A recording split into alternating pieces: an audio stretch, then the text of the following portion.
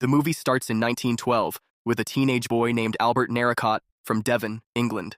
He sees a bay thoroughbred foal being born and admires how it grows, running alongside its mother in the fields. One day, Albert's father, Ted, buys the young horse at an auction.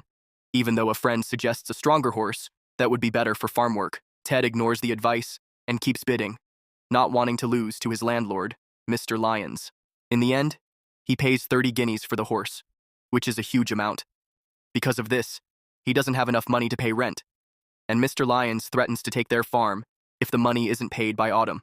To solve the problem, Ted promises to plow and plant turnips in a rocky field. Meanwhile, Albert names the horse Joey and spends a lot of time training him. His best friend, Andrew Easton, watches as Albert teaches Joey different things, like responding to the sound of an owl call by blowing through his cupped hands.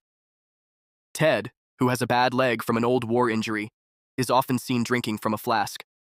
One day, Albert's mother, Rose, shows him his father's medals from the Second Boer War in South Africa, where Ted served as a sergeant. She explains that although Ted was awarded the Distinguished Conduct Medal for bravery, he is not proud of what he did in the war. He even threw away his medals and regimental flag, but Rose secretly saved them. She gives Albert the pennant, revealing more about his father's past. Albert trains Joey to plow, surprising his neighbors by successfully preparing a rocky hillside for planting turnips. However, a heavy rainstorm ruins the crop. Desperate to pay the rent, Ted sells Joey to Captain James Nichols, a young cavalry officer, without telling Albert. Heartbroken, Albert begs the officer not to take Joey, but Nichols can only promise to care for him like his own horse and try to return him after the war. Albert, too young to enlist, watches helplessly as Joey is taken away. Before the captain leaves, Albert ties his father's pennant to Joey's bridle. Joey is trained for military service and becomes close to another horse, a strong black stallion named Topthorn. The two horses are sent to France with Captain Nichols' cavalry unit. However, traditional cavalry charges are now outdated. When Nichols and his men attack a German camp, they initially succeed, but are soon overwhelmed by machine gun fire. Nichols is killed, and the remaining soldiers are captured. The Germans take Joey and Topthorn. A 14-year-old German soldier, Michael, convinces his superior that Joey and Topthorn should be used to pull an ambulance wagon instead of being sent to battle. Michael and his older brother, Gunther, take care of the horses. Before being sent to the front lines, Gunther gives Michael the pennant as a good luck charm. But when Gunther is ordered to stay behind while Michael is sent to fight, he refuses to be separated from his brother.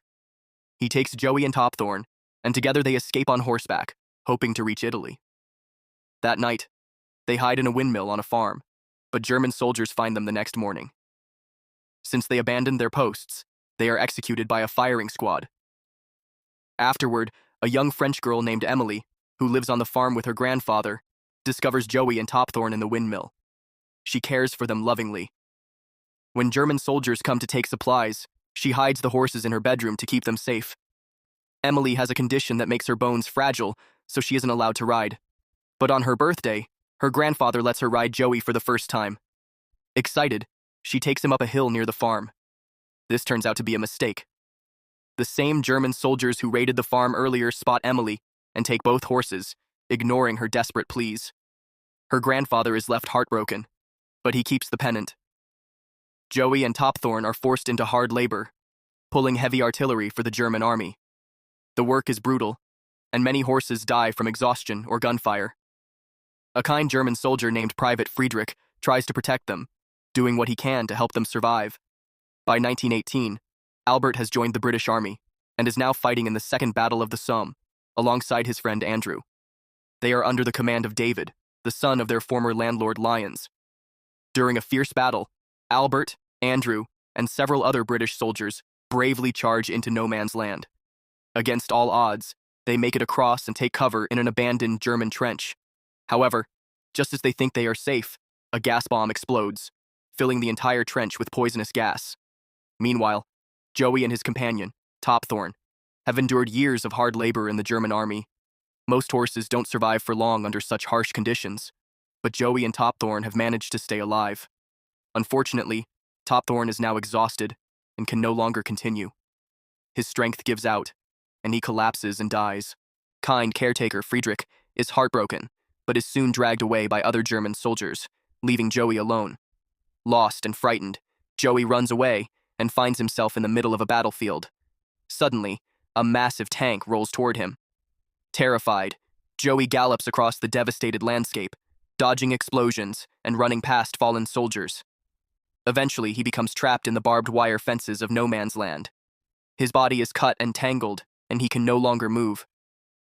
That night, as a thick mist covers the battlefield, soldiers from both the British and German trenches notice Joey struggling. At first, they can't believe a horse has survived such destruction. Then, a British soldier named Colin, who comes from South Shields, waves a white flag and cautiously steps into no man's land. He wants to help Joey. Moments later, a German soldier named Peter from Dusseldorf also approaches, carrying wire cutters.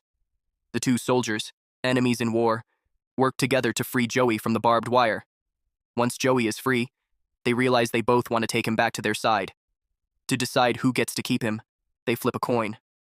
Colin wins, and Joey is led back to the British trenches. Though they are on opposite sides, Colin and Peter share a brief but genuine moment of friendship before parting ways. Back in the British camp, Albert is recovering from the gas attack. Sadly, Andrew has died, but Albert has survived, though he is temporarily blind and has his eyes covered with bandages. While resting, he overhears soldiers talking about a miraculous horse that was rescued from no man's land. Joey is badly injured, and the army doctor decides that putting him down is the most humane option. Sergeant Fry prepares to shoot Joey, but just as he is about to pull the trigger, Joey hears a familiar sound. Albert's special owl call, the one he used to train him as a young colt.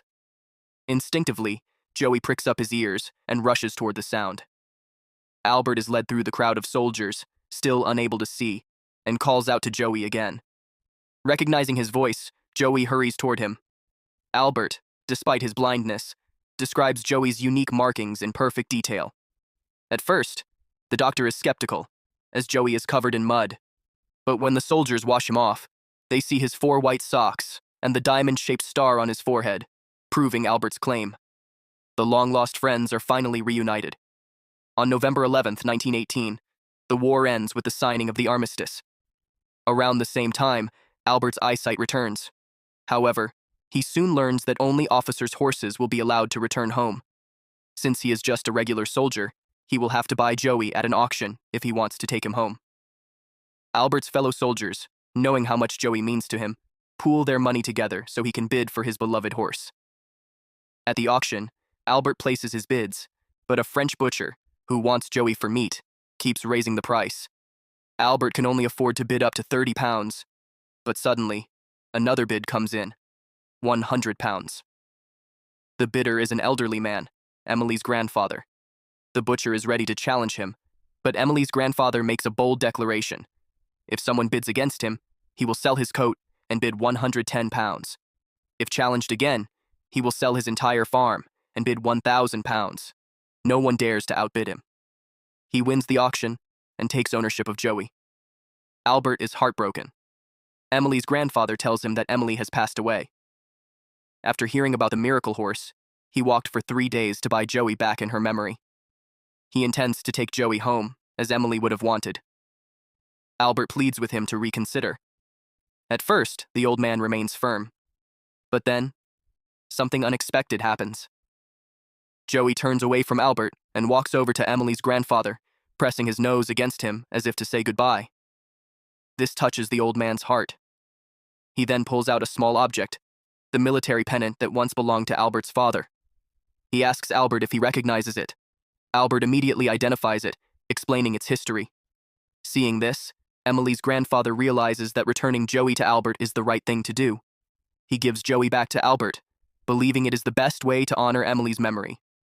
Finally, Albert and Joey return home to their farm. Albert's parents are overjoyed to see him alive. He hugs his mother, then hands the pennant back to his father. In that moment, Ted, his once distant father, reaches out and shakes Albert's hand, acknowledging his son as a man and a fellow soldier. As the sun sets, Albert and Joey stand together, back where their journey began, finally home.